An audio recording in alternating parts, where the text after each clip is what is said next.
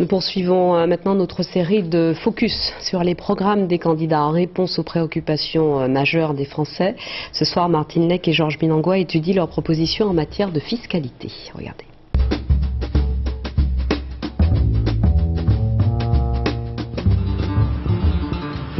« 1991, la France remporte la Coupe Davis.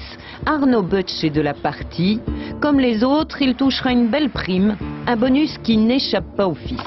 Quand mon bonus est arrivé, on a commencé à me dire, bon ben ce bonus-là, si tu veux, il va être pris en 3/4 pour la fiscalité, plus tu vas devoir payer ça. Et ça m'a un peu, je sais pas, ça m'a plombé. Il décide de s'exiler en Suisse. L'hiver dernier, un certain Johnny Hallyday en a fait autant pour venir ici, à Gstaad.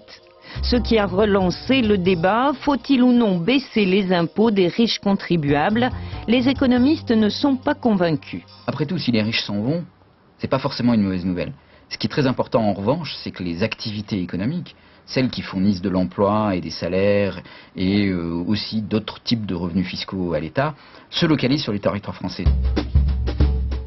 En fait, aucun candidat ne propose de supprimer l'impôt sur la fortune. Mais Nicolas Sarkozy promet de le réduire en plafonnant l'ensemble des impôts à 50% des revenus au lieu de 60% aujourd'hui. C'est ce qu'on appelle le bouclier fiscal. Il propose aussi d'expérimenter la TVA sociale, c'est-à-dire d'augmenter cette taxe sur certains produits pour financer les dépenses sociales. Globalement, pour lui, les prélèvements obligatoires, c'est-à-dire l'ensemble des impôts et des charges, doivent baisser de 4 points en 10 ans.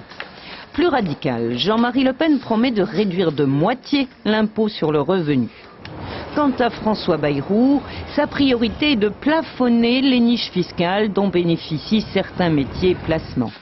À gauche, Ségolène Royal s'engage à ne pas augmenter les prélèvements obligatoires. Mais surtout, elle propose de revoir l'impôt sur les sociétés, un impôt modulé en fonction du réinvestissement des bénéfices. Le Parti communiste et l'extrême gauche veulent relever l'impôt sur le revenu des plus riches et doubler l'impôt sur la fortune.